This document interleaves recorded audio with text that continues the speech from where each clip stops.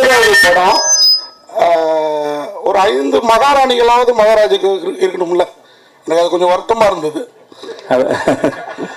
மகாராஜானா மகாராணியோட தான் இருக்கும்னு நினைச்சேன். அப்போ நாட்டை யார் தான் ஆள்றது? அந்த புறமே கதின்னு ஆயிடாதா? அல்ல, மகாராஜாக்கள் அப்படிதானே இருந்தாங்க. எல்லா மகாராஜா அப்படி இருந்ததுக்கு வாய்ப்பு இல்லைன்னு. ரைட்டு. இப்போ 50வது படத்துலேயே அந்த காலத்து மகாராஜா, 75வது 100வது படத்தில் முதல்வர், பிரதமர், கவர்னர், ஜனாதிபதி. அதாவது மகாராஜ் கீழே தான் பதவி. நீங்கள் சொல்கிறது வந்து அது கீழே போயிடுதுல இல்லையா? இல்லை, இந்த காலத்துக்கு அண்ணே மகாராஜாங்கிறது அப்படி யோசிச்சு வைக்கல. எனக்கு இந்த படத்தை மகாராஜன் வச்சதே வந்து ஒரு சாமானிய அவன் முடித்திருத்தும் தொழிலாளி, அவனுக்கு மகாராஜான் பேர் வச்சு அவனை அந்த சீட்டை சிம்மாசனம் ஆக்கினது இருக்குல்ல, அது நான் ரொம்ப ரசிக்கிறேன். ஸோ அதனால் டைட்டில் வந்து 50வது படம் அப்படி இருக்குன்னு நினச்சி வைக்கவே இல்லை. அது அமைஞ்சு போச்சு. தயாரிப்பாளரும் சுதன் சார் இருக்குன்னு நாங்கள் நினைக்கல, இயக்குனர் இருக்குன்னு நினைக்கல, அது அமைஞ்சு போச்சு. ஸோ அது வந்து ஒரு இதுவாகிடுச்சு வச்சுக்கோங்க. இந்த மகாராஜா டைட்டில் ஓகே, ஸ்ட்ராங்காக எதாக வேணும்னு ஃபிக்ஸ் பண்ணது எங்கள் ப்ரொடியூசர். ஒரு ரேண்டமாக இருக்கும்போது மகாராஜான்னு சொல்லும்போது இது வச்சுக்கலான்னு சொன்னார். இல்லை யோசிக்கலான்னு ஒரு 3 இல்லை இதுதான் வேணும் அப்படின்னு சொல்லி ஸ்ட்ராங்காக இது பண்ணது எங்கள் ப்ரொடியூசர் சுதன் சார். பிரயாச்சத்தம் தேடுறீங்களோ, மேடையில் ஒரு மாதிரி சொன்னீங்க, ஃபோன் எடுக்க மாட்டேங்கிறாருன்ட்டு. இல்லை அவர் அதே மறுத்து பேசுகிறேன். அவர் ஃபோன் எடுக்கலைங்கிறது உண்மை தான். அவர் காசு கொடுத்து படம் எடுக்க சொன்னாருங்கிறது உண்மை தான். எல்லா உண்மையும் சொல்லிட்டாப்புல. முக்கியமாக அவருக்கு நிஜமாக நித்தினுக்கு வந்து இன்னும் பேசவோ மறைச்சி பேசவோ தெரியல. நான் சொன்னேன் கொஞ்ச நாள் பழகிடும்டா, இன்டர்வியூலாம் பார்த்து கற்றுக்கூடா, மற்றவங்க இப்படிலாம் பேசணும் பார்த்து கற்றுக்கோன்னு சொல்லியிருக்கேன்.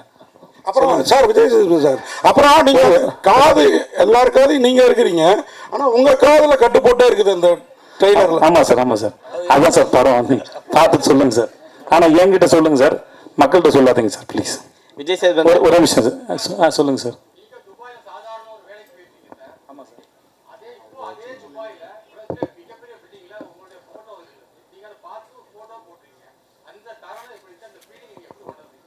நான் இது இப்போ துபாயில் எல்லா இன்டர்வியூலையும் சொன்னேன், நம்ம மக்கள்கிட்டையும் அதை பகிர்ந்துக்கல, சந்தோஷம் தான் சார். முதல்ல இது நான் சொல்லி சலிச்சு போன கதையாக இருந்தாலும் கேட்கறதுக்கு ஒரு சுவாரஸ்யம் இருக்குன்னு நினைக்கிறேன் சார். இங்கே ஒரு கம்பெனியில் அக்கௌண்ட்டாக வேலை பார்த்துருந்தேன் சார். அது பேர் GKS enterprises, cement company sir. மாதம் 3500 சம்பளம் சார். இன்னொரு ஃப்ரெண்டு சொல்லி ஹீரோ ஸ்டார்னு ஒரு கம்பெனி இருக்குது, அங்கே துபாயில் வேலை கேட்குறாங்க, அங்கே 12,000 ரூபா சம்பளம்னு சொன்னாங்க, 1000 திராம் சேலரி. என்கிட்ட இப்போ பாஸ்போர்ட் இல்லை. நான் வந்து பாஸ்போர்ட் எடுக்கிறதுக்காக அப்ளை பண்ணியிருந்தேன். டைம் ஆகிடும், எனக்கு சீக்கிரம் போகணும், 10 நாளில் ஊருக்கு போகணுன்னு சொல்லிட்டாங்க சார். அப்போ வந்து நானே என்னோடய degree certificate, ration card, contact certificate எல்லாத்தையும் எடுத்துகிட்டு நேராக கமிஷன் ஆஃபீஸ் போய்ட்டேன். அங்கே ஒரு நல்ல மனுஷன் இருந்தார். எனக்கு யாரையும் எதிர்பார்க்கல, ஏன்னா ஏரியாவில் கவுன்சிலர் பார்க்கணும்னு சொன்னாங்க, காசு கொடுங்கன்னு சொன்னாங்க. கையில் சுத்தமாக காசு கிடையாது, எனக்கு எதுவும் தெரியாது. அப்போ நான் இருந்த ஏரியா ஓகே. அப்போது நான் நேராக எதுக்கு எனக்கு யாரும் தெரியாது போது நான் நேராக கமிஷன் ஆஃபீஸ் போயிட்டேன். அங்கே போய் இந்த டிபார்ட்மெண்ட் கேட்டு உள்ளே இருந்தது ஒரு நல்ல மனுஷன் இருந்தார். அவர் வந்தார், விஜய் அப்படின்னாப்புல கூப்பிட்டு போனால். வெளியே வந்தால் பாலைவனத்தில் மழை பெய்யுது. நம்ம துபாயில் பெரிய ஆளாக போகிறோம்டா அப்படின்னு நினச்சி கனவுகளோடு நான் போகிறேன். அங்கேருந்து ஒரு 15-20 நிமிஷம் என்னோடய ரூமு. இது மாதிரி ஒரு 6க்கு 3 பெட் ஒன்று கொடுத்து அங்கே கொடுத்தாங்க. அப்புறம் முடித்தோடனே என்னை நேராக கோயிலுக்கு கூப்பிட்டு போனாங்க. சரி, கோயிலுக்கும் போயிட்டோம், கன்ஃபார்ம் ஆகிடுச்சு நான் பெரிய ஆளாக வருதுன்னு சொல்லிட்டு சாமியை பார்த்து அப்புறமா என்னோடய ஆஃபீஸ் போனேன், முதலாளியை பார்த்தேன். ஸோ இப்படி அப்புறம் ஆனால் நான் நினச்ச அளவுக்கு வாழ்க்கை மாறலை. அது ஓரளவுக்கு குடும்ப வறுமைக்கு சூழலுக்கு அது வசதியாக இருந்தது. நான் சம்பாரித்து போனோம், மாதம் 10,000 அனுப்பிட்டு இருந்தேன் நான். ஆனால் அங்கே சுற்றினேன். இப்போ நான் போகும்போது 3 வருஷமும் படித்து முடிச்சோடனே குடும்பம் மேலே கொண்டு வரணும்னு நினைக்கிறேன். அந்த கனவுகளோட இளமையாக இருந்த காலம் இருக்குல்ல, கனவு வந்து டெண்டராக இருக்கும். 20 வயசு எல்லாருக்கும் எதையா சாதிக்க மாட்டேன்னு ஒரு கனவு வந்து டெண்டராக இருக்கும். அதுதான் ரொம்ப ஆழமாக இருக்கும், ஏக்கம் அதிகமாக இருக்கும். அந்த சமயத்தில் நான் சுற்றின தெருக்கள் வந்து துபாயோட தெருக்கள். அங்கே தான் சுற்றிருக்கேன், அங்கே தான் ஏங்கியிருக்கேன், எதையாவது பண்ண மாட்டோமான்னு ஏங்கியிருக்கேன். ஒரு ஆப்கானிஸ்தான் போகிறதுக்கு ஒரு செக்கோஸ்லோவாக்கியா கம்பெனியோட போய் இன்டர்வியூ அட்டன் பண்ணி ஃபஸ்ட் ஒன் செலக்ட் ஆகிட்டேன். அன்றைக்கி எனக்கு சம்பளம் தரதா சொன்னது 75,000 ரூபா. கிடச்சுன்னா அங்கே தான் போயிருப்பேன் நான். என்னோட அதிகம் படித்தவங்களுக்கு அடுத்த ரவுண்டில் நான் ஃபெயிலியர் ஆகிட்டேன், எனக்கு அது கிடைக்கல. ஸோ இப்போ அதுக்கப்புறம் திரும்பி வந்து பல வருஷம் கழித்து அந்த இடத்துல இப்படி பார்க்கும்போது நான் அதை எதையுமே பார்க்கல. நான் அங்கே ஏக்கத்தோடு சுற்றினேன். அங்கே ஒரு வெண்டிங் மிஷின் இருக்கும், அந்த காசு போட்டால் தம்ஸ்அப்பு அந்த கூல்ட்ரிங்க்ஸ் வரல, அது வெண்டிங் மிஷின். ஒரு கிராம் வச்சு இதை செலவு பண்ணலாமான்னு வேணாமான்னு யோசிச்சுட்ருக்கேன். ஏன்னா அங்கேருந்து என்ன மாதிரி பல பேரோட நிலைமை அதுதான். ஏன்னா காசு இஷ்டத்துக்கு செலவு பண்ணிங்கன்னா வீட்டுக்கு பணம் அனுப்ப முடியாது, கொண்டாட்டலாம் முடியாது. அங்கே வியாழக்கிழமை ஆனால் எல்லோரும் ஒன்று கூடுவோம், ஒன்றா சமைச்சு பிரியாணி சமைச்சு சாப்பிட்டுட்டு அப்புறம் துணியெலாம் துவைச்சி காய போட்டுட்டு சாயந்தரம் ஆனால் அங்கே கிரிக் இருக்கும், அந்த ஊரை பரதுபாய் தேரதபம் இருக்கும், அங்கே போய் சும்மா இருந்துட்டு திரும்பி இவ்வளோ தான் இருக்கும். ரூமை சுத்தம் பண்ணுறதும் பாத்ரூம் கழுவுறதும் சமைக்கிறதும் இவ்வளோ தான் வாழ்க்கை. அது இதை தாண்டி கனவு காண கூட நேரம் இருக்காது. ஸோ அந்த ஞாபகங்கள் தான் வந்துட்டு இருந்த ஒழிய எனக்கு இது தெரியவே இல்லை. இந்த இடத்துல இருக்க பாரு, அப்போது அன்னைக்கு நான் இயக்கத்தோடு சுற்றின அந்த நாள் வந்து எனக்கு சொல்லியிருக்கு, உனக்கு ஒரு நாள் பரிசு இருக்குடா இந்த இடத்துலன்னு. ஸோ ஒவ்வொரு நாள் பின்னாடி வேற ஒரு நாளோட சேர்ந்து ஒரு முடிச்சிருக்கு. ஒவ்வொரு விதைக்கு பின்னாடி ஒரு பெரிய மரம் இருக்குது, அதில் நிறைய பறவைகளுக்கு கூடு இருக்குங்கிறது தெரியாதுல்ல, அது அந்த விதைக்கு தெரியாது இல்லையா? அதை போல தான் ஒவ்வொரு நாளையும் நான் பார்க்குறேன், நான் நினைக்கிறேன். சேதுண்ணா, ஆக்சுவலாக நடுவில் வந்து நீங்கள் வந்து ஹீரோவாக இருக்கும்போது மாதம் வந்து எல்லாத்தையும் பண்ணிகிட்டே இருந்தீங்க. அதுக்கப்புறம் திடீர்னு கேரக்டர் வைஸ் இறங்க ஆரம்பிச்சிட்டிங்க. எங்கே இறங்கினேன்னு சொல்லும்போது மாஸ்டர்லேருந்து எல்லாமே தனி அது இறங்கினது இல்லை. அது பேர் முதல்ல வந்து இறங்கினது இல்லை. கேரக்டர் வைஸ் போக ஆரம்பிச்சிட்டீங்க ஹீரோவாக. கண்டிப்பாக கிடையாது. அந்த அப்ரோச் இல்லைன்னு சொல்ல வரேன். நீங்கள் வில்லன் இல்லாமல் ஹீரோ இல்லை, தீமை இல்லாமல் நன்மையின் அருமை தெரியாது, வெயில் இல்லாமல் நிழல் தெரியாது, அவ்வளோதான் கணக்கே ஒழிய. அது ஈக்குவல், அது பேலன்ஸ். என் கணக்கு அதுதான் ஒழிய. நான் வில்லனாக பண்ணும்போது உங்களை எவ்வளோ என்டர்டெயின் பண்ணுறேங்கிறது ரொம்ப கவனமாக இருந்தேன். நான் வில்லனான் பண்ணி உங்களை போர் அடித்து ரொம்ப அவர்ஷன் க்ரியேட் பண்ணிட்டேன்னா நான் ஹீரோ நடிக்கிற படங்கள் அது பாதிக்கும். ஆனால் நான் வில்லன் அடிக்கும்போது எவ்வளோ தூரம் என்டர்டெயின் பண்ணலாங்கிறது தான் கணக்கு, என்னவாக இருந்தாலும் சரி. அது போகிற போக்கில் பண்ணலன்னு சொல்ல வரேன், வேறு ஒன்றும் இல்லை. இல்லை 50-50 வந்து எல்லாருக்குமே மிக முக்கியமான தருணமாக இருக்கும். ஏன்னா 50வது படம் திரும்பி பார்த்தா அது பேசணும் அப்படின்னு இருக்கும். ஏன்னா இங்கே 40க்கு 40 அடித்த மாதிரி உங்களுக்கு 50க்கு 50 அடிக்கணும் அப்படின்ற ஒரு எக்ஸைட்மெண்ட் இருக்கும். அப்படி இருக்கும் பொழுது இந்த கதையில் இந்த 50வது படத்துக்கு இதை சூஸ் பண்ணால் நல்லாயிருக்கும் அப்படின்னு எதை வச்சு நீங்கள் இதை தோணுச்சு? முதல்ல சரி எதுன்னு இங்கே யாருக்குமே தெரியாது. அப்படி தெரிஞ்சால் எல்லாரும் சரியானதை கொடுத்துருவாங்க. அதனால் அந்த கணக்கு எங்களுக்கு தெரியாது. ரெண்டாவது, இந்த கதை கேட்கும்போது ஒரு டேரக்டரோட பேஷன். கதை யார் வேணால் சொல்லலாம், கதை யார் வேணால், அது எடுக்கிறதுக்கிட்ட தான் இருக்குது. ஒரு கதையை எப்படி மக்கள்கிட்ட கொண்டு போய் சேர்க்க போகிறோம், மக்களின் ரசனை என்ன, டேரக்டரோட சாய்ஸ்லாம் எல்லாமே இயங்குது அது. ஸோ எனக்கு இந்த டேரக்டர் ரொம்ப பிடிச்சிருந்தது. நான் குரங்கு பொம்மை பார்க்கல, ஷூட்டிங் போகிறதுக்கு ஒரு 4 நாள் முன்னாடி 2 நாள் முன்னாடி தான் படமே பார்த்தேன். அப்போ தான் பார்த்துட்டு அவன்கிட்ட பேசினேன். மற்றபடி டேரக்டர் எனக்கு ரொம்ப பிடிச்சிருந்தது. ஸோ இந்த கதை நல்லா இருந்தது. அப்போது 50வது படமாக அனௌன்ஸ் பண்ணோம். இவர் சொன்னார், சுதன் சார் சொன்னார், சார் நானே பண்ணிடுறேன் 50வது படத்தை அப்படின்னு. எனக்கு 25வது படமும் நல்லா பண்ணி கொடுத்தாரு. எனக்கு அவர் மேலேயும் பெரிய நம்பிக்கை இருந்தது. ஸோ அப்படி தான் அமைஞ்சது. இது எந்த பிளானும் இல்லை. அப்புறம் எனக்கு வந்து 50வது படம் நல்லா ஓடணும்னு நினச்சா அப்போ 49, 51வது படம் என்ன எல்லா தயாரிப்புகளும் பணம் போட்டு எடுக்கிறாங்க. ஸோ எல்லா படமும் ரொம்ப முக்கியமான படம் தானே ஒழிய 50ங்கிறது ஒரு இந்த கடந்து வந்த பாதையை ஒரு ஞாபகப்படுத்துறதான்னு தெரியல. அதை தாண்டி வேறு உண்மை கிடையாது. எனக்கு அந்த எண்ணம் கிடையாது 50 நடிச்சிடணும், 100 பெருசாக ஓடிடணும். அப்படி பார்த்தா சீதக்காதிக்கு மாதிரி ஒரு படத்தை 25வது படம் செலக்ட் பண்ணியிருக்க மாட்டேன். அந்த படம் வந்து நான் வர்றது 1/2 மணி நேரம் தான் வரேன் நான். ஆனால் ஒரு ஆர்ட் ஃபார்மோட ரெப்ரஸன்டேட்டிவ் அந்த கேரக்டர். கலை எந்த பாகுபாடும் இல்லாமல் எந்த வீட்டு பிள்ளையின் மீது கூட அது இறங்கும் அப்படிங்கிறது அந்த படத்துள்ள வருது. அதுக்கு பணமோ பேரோ புகழோ பரம்பரையாக வர அறிவோ தெரியாது, எங்கே வேணால் இறங்கும் தான் அந்த படம் சொல்ல வந்தது. அப்படிப்பட்ட ஒரு படம் 25வது படமாக இருக்கிறதுல நான் பெருமை கொள்கிறேன். அது அந்த படத்தை நம்பினார்ல ஒரு தயாரிப்பாளர். அது வியாபார ரீதியாக பெருசாக போகாதுன்னு அவருக்கும் தெரியும். ஆனால் நல்ல படம், அது என்டர்டெய்னிங்கான ஃபிலிம் தான் அது. ஆனாலுமே அதை நம்பினார்ல, அது அவருடைய நம்பிக்கை. எனக்கு அந்த மாதிரி படம் கிடைச்சது எனக்கு பெரிய சந்தோஷம். டைரக்ட் சார் ஆக்சுவலாக மகாராஜான்றது எப்பயுமே வந்து ஒரு அங்கே ஒரு கோல்டு அந்த மாதிரி தான் எதிர்பார்ப்பாங்க. பட் ஆனால் நீங்கள் மகாராஜாவில் ஃபுல்லாக பிளட்டாகவே இருக்குது. இது கவித்துவமாலாம் ஆன்சர் பண்ண தெரிலண்ணே, கதைக்கு தேவைப்பட்டுச்சு வச்சுட்டேண்ணே.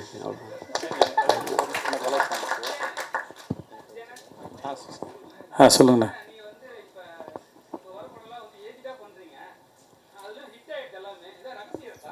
இவ்வளோ ஏஜ்டாக பண்ணுற எனக்கே போர் அடிச்சு. இப்போ நான் வந்து வேணான்னு முடிவு எடுக்கிறேன், எனக்கே போர் அடிக்குது. ஸோ சில சமயம் ரொம்ப நல்லா இருக்குது கதை, அதை நிர்பந்திக்குது. விஷயம் என்ன ஆகிடுதுன்னா வர எல்லாருமே உங்களுக்கு பேரம்பேத்தி இருக்கான்ற வரைக்கும் சொல்ல ஆரம்பிச்சிடுறாங்க. அப்புறம் அவங்களுக்கு புரிய வைக்க வேண்டியதாக இருக்குது. நானும் எதுக்கு அந்த கேட்டை ஓப்பனாக வச்சுருக்கேன்னா, சம்டைம்ஸ் ரொம்ப எக்ஸைட்டிங்காக இருந்துச்சுன்னா ஒரு சில கதைகள் வந்து இப்போ மகாராஜா வந்து நான் வர்றதுக்கு முன்னாடி இல்லைப்பா எனக்கு வேண்டாம், எனக்கு இல்லை ஒரு 16-17 வயசு பொண்ணு எனக்கு பொண்ணை அடிக்கிற மாதிரி நான் அடிக்க வேணாம்னு சொல்லி வச்சுக்கோங்களேன், நான் இந்த கதையை மிஸ் பண்ணியிருப்பேன். ஸோ இந்த மாதிரி ஒரு அனுபவம் கிடைக்கும்போது அதை வந்து எனக்கு இதுக்கு மாதிரி தான் மேரி கிறிஸ்மஸ் பண்ணேன். அதில் ஒரு 30 வயசு ஆள் தான் நான் அதில். ஸோ அதனால ஒரு சுதந்திரம் இருக்குல்ல, ஒரு ஆக்டராக நான் வந்து ஒரு ஒரு லாக் பண்ணிக்காமல் இருக்கிறதுல ஒரு ஃப்ரீடம் இருக்குதா நான் நினச்சிக்கிறேன். நான் அதனால் அந்த கேட்டை இன்னும் திறந்து வச்சுருக்கேன், வேறு ஒன்றும் இல்லை. விஜய் சேதுபதி சார் 50 படத்தில் வெற்றி தோல்வி நிறைய பார்த்துருக்கீங்க. 100 கோடி 200 கோடி 1000 கோடி வரைக்கும் பார்த்துருக்கீங்க. அந்த சமயத்தில் உங்கள் மனநிலை எப்படி இருக்கு அந்த வாரம்? அதே மாதிரி தோல்வி 200 கோடி 1000 கோடிலாம் பார்க்கவே இல்லை நான். உங்கள் வசூல் அண்ணே நீங்கள் வாட சொல்லிடுறீங்க நினச்சிக்கிறாங்க. நான் உண்மையாக அண்ணே எங்கள் பிரச்சனைலாம் நீங்கள் வந்து கேட்டிங்கன்னு வச்சுக்கோங்களேன், எனக்கு எவ்வளோ பேமெண்ட் பெண்டிங்கு, என்ன நடந்ததுன்னு அது அதை சொன்னேன்னு வச்சுக்கோங்க. சொல்லுது போடாத செக்கு, கேட்காத காசுலாம் கணக்கு கேட்டிங்கன்னா நிஜமாக ஆச்சரியமாக இருக்கும். என்னதான் இருந்தாலும் படம் எடுக்க வராங்கல்ல, நம்புகிறாங்கல்ல, அதை மதிக்கிறேன். வருத்தமாக இருந்தாலும் ஒரு ஒரு படம் எடுக்க வராங்கன்ற நம்பிக்கையில் தான் அது பண்ணுறோம். அவ்வளோதான். நீங்கள் என்ன கேட்டீங்க? வெற்றி தோல்வி அந்த மனநிலை எப்படி இருக்குது? வெற்றி வரும்போது அந்த வாரம் உங்கள் மனநிலை எப்படி இருக்குது? சில படங்கள் எதிர்பார்த்த அளவுக்கு போகலை, அந்த வாரம் மனநிலை ஏதாவது நீங்கள் காரணத்தை அனலைஸ் பண்ணி முடிச்சிடலாம், வேறு ஒன்றும் கிடையாது. இப்போ சில சமயம் வந்து முன்னாடி தெரிஞ்சிடும், வேறு காரணம் வேறு. ஒருத்தரால் படம் உருவாச்சுன்னா ஒருத்தர் தவறுது.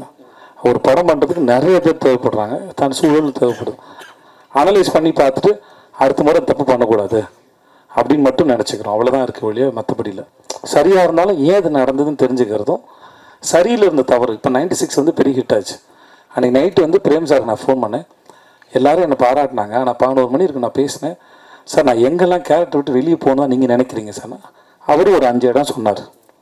அது தெரிஞ்சுக்கிறது தான். அது ஒன்றும் வெற்றி அடைஞ்ச உடனே அது எல்லாம் சரி அப்படின்னு நான் நம்புறதில்லை. ஜெனரலாக அது நல்லதும் இல்லை.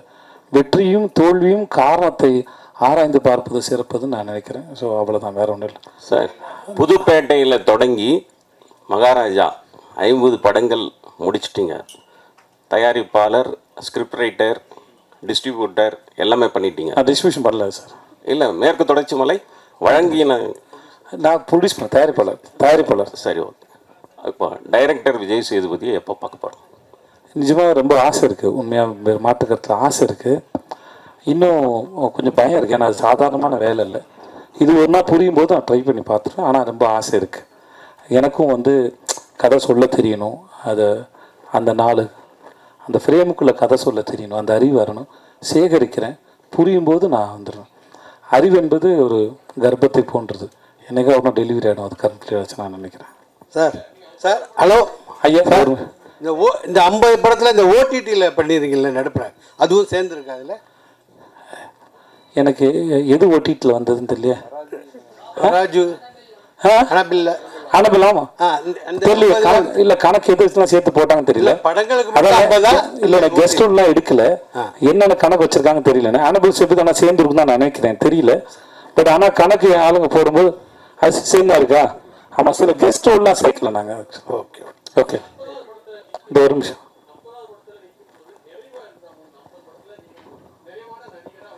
சார் நிறைவு அடையலை சார். நிறைவு அடைஞ்சிட்டா அது முடிஞ்சு போச்சுன்னு அர்த்தம் சார். அது ஸ்டேட்மெண்ட்டுக்காக சொல்லலை சார். இன்னமும் ஒரு முறையும் கேமராமேன் நிற்கும்போது நிறைய கேள்வி நமக்கே இருக்குது சார். அது சில சமயம் படம் நடித்து முடிச்சதுக்கப்புறம் இப்போ நம்ம டிஜிட்டல் இருக்கிறதுனால சார், ஃபிலிம் இல்லைல்ல சார், அதனால் வந்து சில சமயம் வேறு ஆங்கிள் அப்ரோச் பண்ணலாம், கேட்கலாம் முடியுது. ஒரு பெர்ஸ்பெக்டில் ஒரு சீன் அப்ரோச் பண்ணி முடிச்சுட்டு இதுக்கு வேறு ஒரு ஆங்கிள் தோணுது, அதையும் ட்ரை பண்ணி பார்த்துலாமான்னு தோணுது, போஸ்ட்டில் வச்சுக்கலாம். மேரி கிறிஸ்மஸ் எனக்கு அந்த மாதிரி நிறைய அனுபவம் இருந்தது. நான் ஸ்ரீராம் சாரோட நடிக்கும்போது ஒரு 4-5 சீனுக்கு ஒரு 2-3 வேரியேஷன்ஸில் நடித்தோம் நாங்கள்.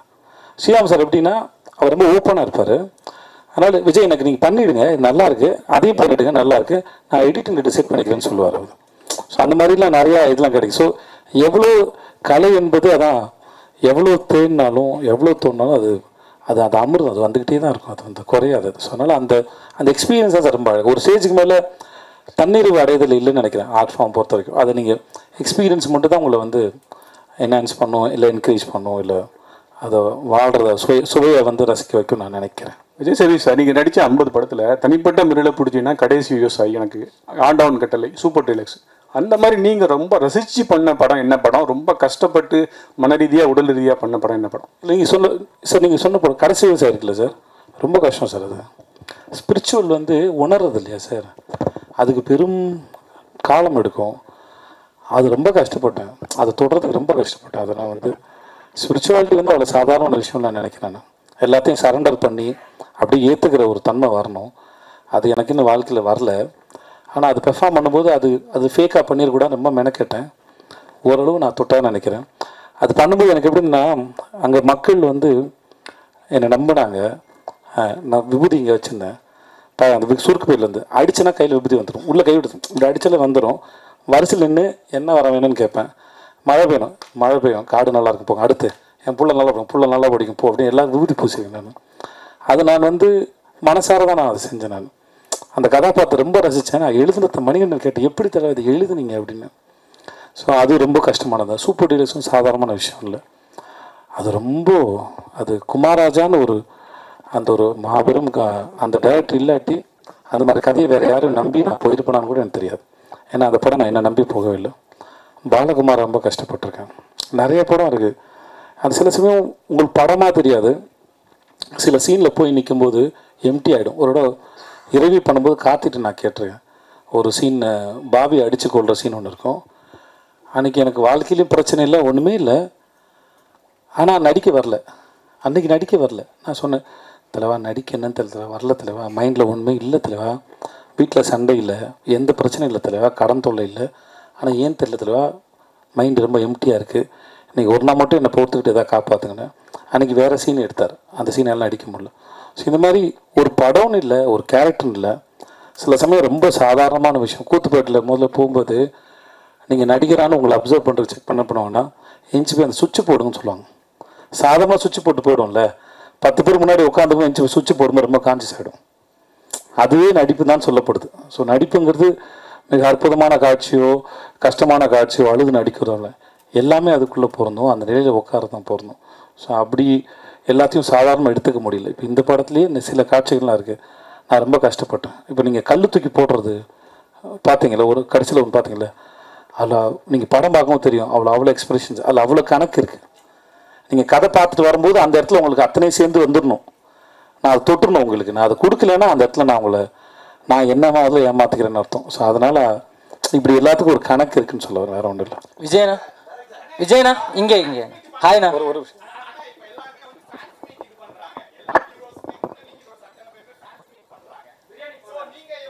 யார் நாகராஜா? ஓகே.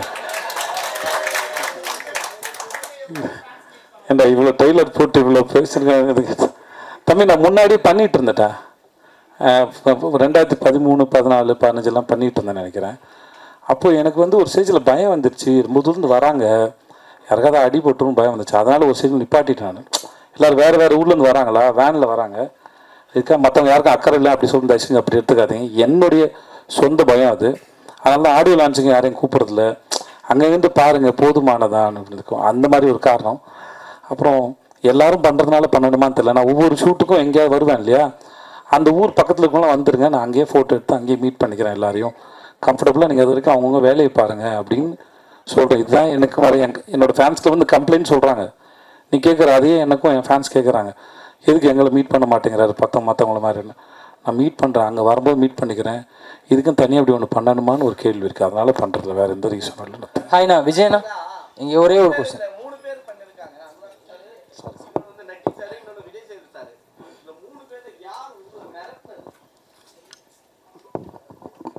இவர்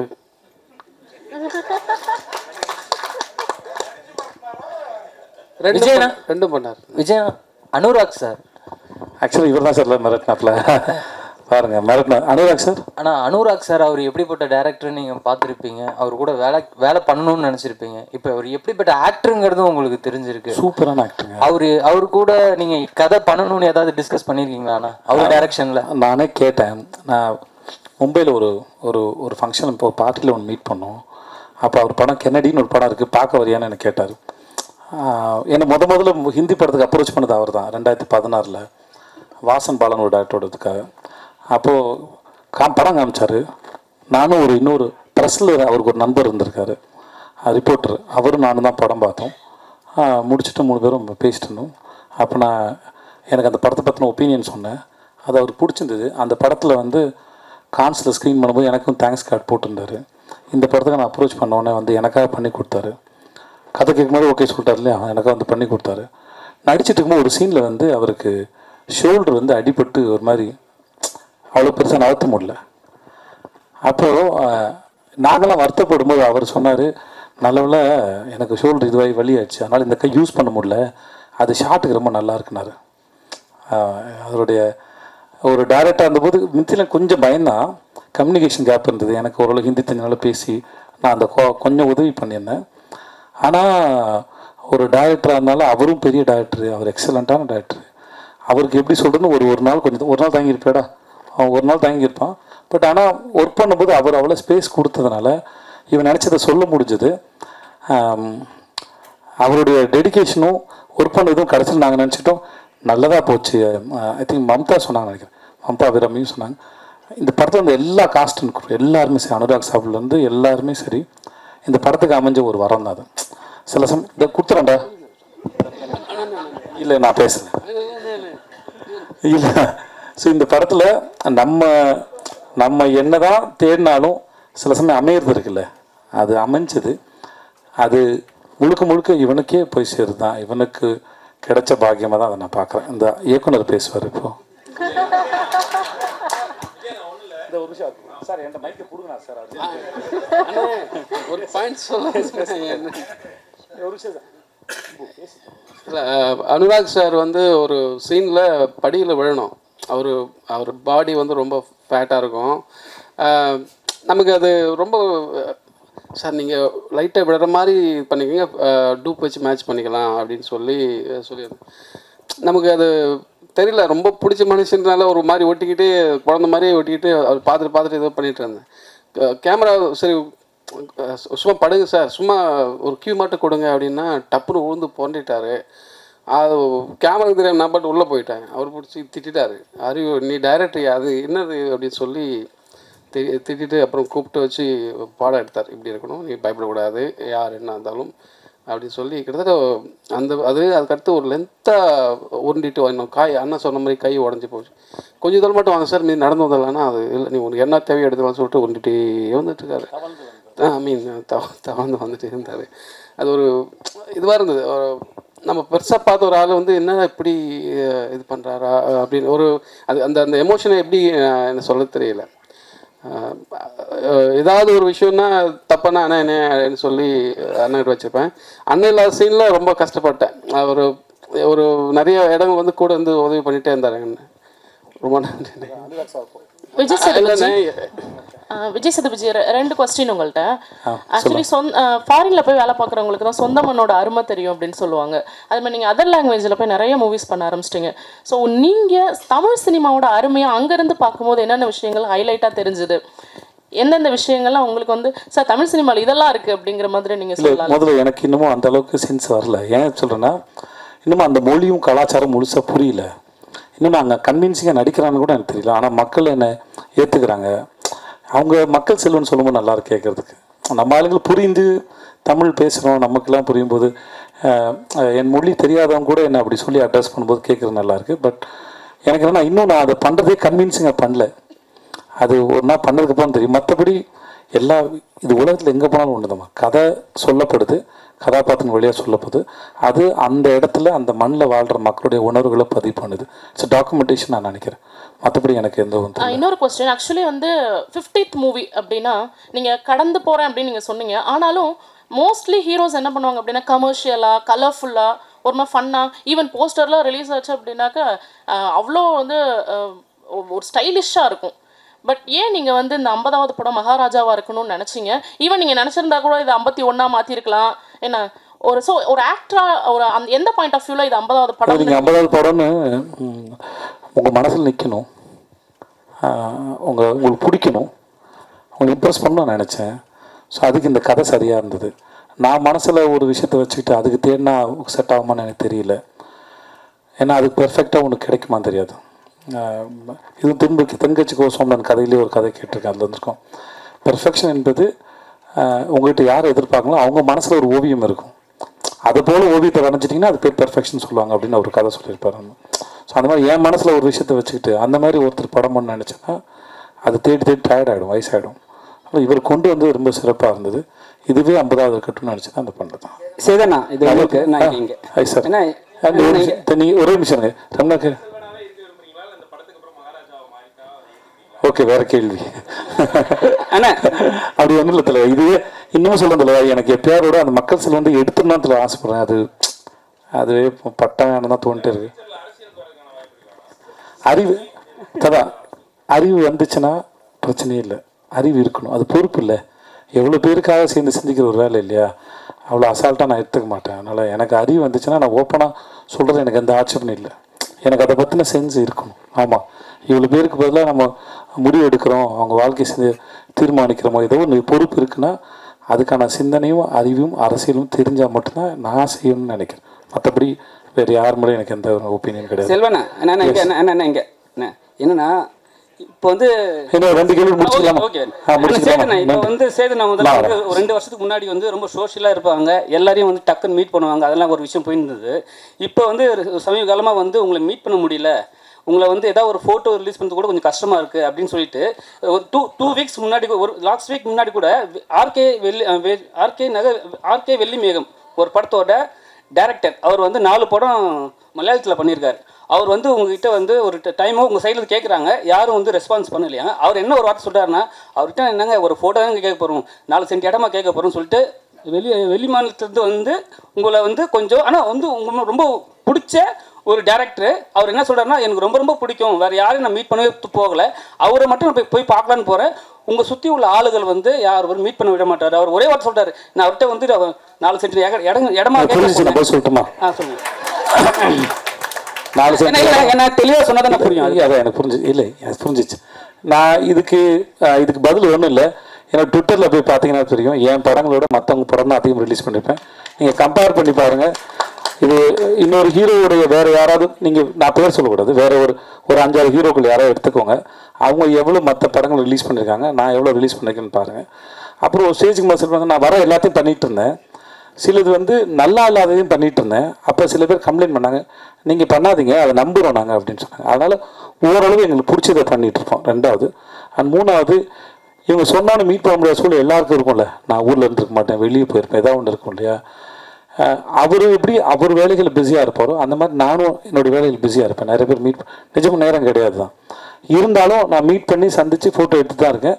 அதுக்கு உதாரணமாக நீங்கள் கடந்த 1 மாதமாக, ரொம்ப நாள் முன்னாடி போனேன், கடந்த 1 மாதம் இல்லை 2 மாதமாக நான் எத்தனை படங்கள் ரிலீஸ் பண்ணிருக்கேன்னு பார்த்தீங்கனாலே உங்களுக்கு தெரியும். என் நண்பர் ஒருத்தர் வந்து அவரோட இது ரிலீஸ் பண்ண சொல்லி கொடுத்தாரு. நான் போஸ்டர் பார்த்தேன், போஸ்ட் நிஜமாகவே எனக்கு கன்வின்சிங்காக இல்லை, ஆனால் இந்த படம் வேணாமே அப்படின்னு அவர்கிட்ட சொல்லியிருக்காங்க. ஸோ எனக்கு பிடிக்கணுங்கிறது தான் கணக்கு ஒழிய, மற்றபடி சினிமாவில் இருக்கிறதுனால என் படத்தை மட்டும் ப்ரொமோட் பண்ணணுன்ற அவசியம் எனக்கு கிடையாது. என்னுடைய பாப்புலாரிட்டி இன்னொரு படத்துக்கு ஓரளவு லிஃப்ட் பண்ணணுன்னா அதை செய்யணுங்கிறது தான் எண்ணம். நீங்கள் சும்மா செக் பண்ணி பாருங்கள், அது நான் சொன்னால் நல்லா இருக்காது. அன்பு முத்தங்கள் குறைஞ்சி போச்சுன்னு சொல்கிறாங்க. அன்பு முத்தங்கள் இல்லை, இப்போ ஏர்போர்ட்டில் கூட்டத்தினரில் கேட்கும்போது கொஞ்சம் கூச்சமாக இருக்குது. நீங்கள் ஷூட்டிங் ஸ்பாட்னா பரவாயில்ல, ஏர்போர்ட்டில் கேட்கும்போதெல்லாம் அது இப்போ அங்கே உட்காந்து எல்லாம் கொடுத்துணும் இல்லை. அங்கே எல்லோரும் நிறைய பேர் போயிட்டுருக்காங்க, வேறு மொழி பேசுகிறவங்க, என்னடா அவங்க எல்லாருமே கிஸ் வச்சுன்னு நீங்கள் மாட்டாங்களா, அது தவிர வேறு உண்மை இல்லை. சேதனா ஒன்றும் இல்லை. ஆக்சுவலி நான் வந்து ஒரு 2K கேட்டேன். ஸோ எங்களை மாதிரி இருக்கிற எல்லாருக்குமே ஒரு சின்ன ஆசை, அதை நான் உங்ககிட்ட கேட்கணும் அப்படின்னு ஆசைப்பட்றேன். ஸோ இதற்கு தானே ஆசைப்பட்டாய் பாலகுமாரா, நடுவில் கொஞ்சம் பக்கத்துக்கான அந்த மாதிரி படங்கள்லாம் இப்போது நாங்கள் எல்லாருமே பயங்கரமாக எக்ஸ்பீரியன்ஸ் பண்ணுறோம், ரொம்ப பிடிச்சிருக்கு. ஸோ ரீசெண்டாக அந்த மீன் பேஜஸில் நீங்கள் பார்த்துருப்பீங்கன்னு நினைக்கிறேன், அந்த சாங்ஸ் எல்லாம் ரெகுலராக போட்டுருக்கேன். ஸோ அந்த மாதிரி படம் உங்ககிட்ட இருந்து எப்போ நான் எதிர்பார்க்கலாம் அடுத்து? எனக்கு எதற்கு தானே ஆசைப்பட்ட மாதிரி எனக்கு ஏதாவது ஒரு படம் வேணும். இல்லை சார், நானும் எல்லாருக்குமே இல்லை, நானும் எதிர்பார்க்குறேன். இல்லை என்ன, நீங்கள் அந்த படம் நடிக்க ரொம்ப ஜாலியாக இருக்கும், இன்ஹிபிஷன்ஸே இருக்காது, நீங்கள் வந்து ஜாலியாக இருக்கும்.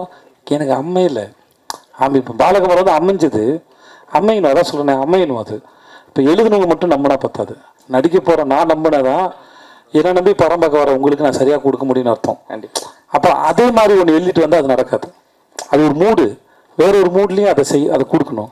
சார் 2 வச்சுக்கலாம் அடுத்து. ஆனால் அந்த படம் பார்க்குறப்போ என் வயசு 15, அப்போ நீங்கள் சொன்னது எதுவுமே புரியலை, ஆனால் இப்போ எல்லாமே புரியுதுங்கிறத மட்டும் பதிவு பண்ணிக்கிறேன். தேங்க்யூ. ஒரு நிமிஷம் இருங்க சார்.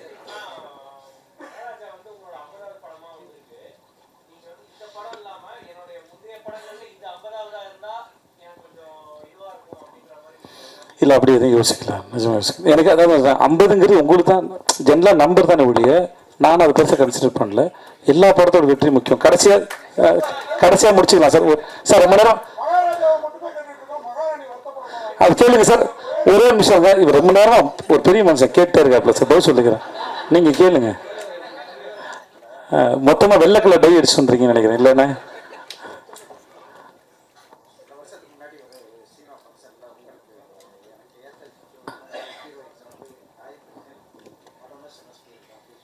அப்படி சொல்லிக்க வாய்ப்பு இல்லை.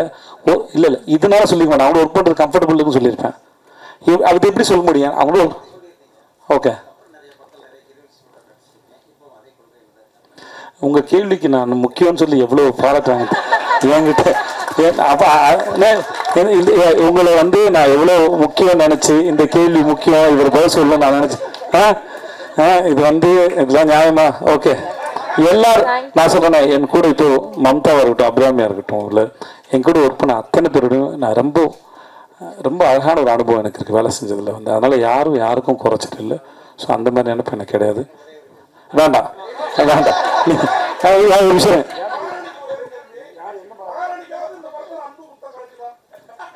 Sir, correct. இதுக்கு இல்லை நீங்கள் படம் பாருங்கள் தெரியும் மகாராணி யார் இந்த படத்தில் உங்களுக்கு.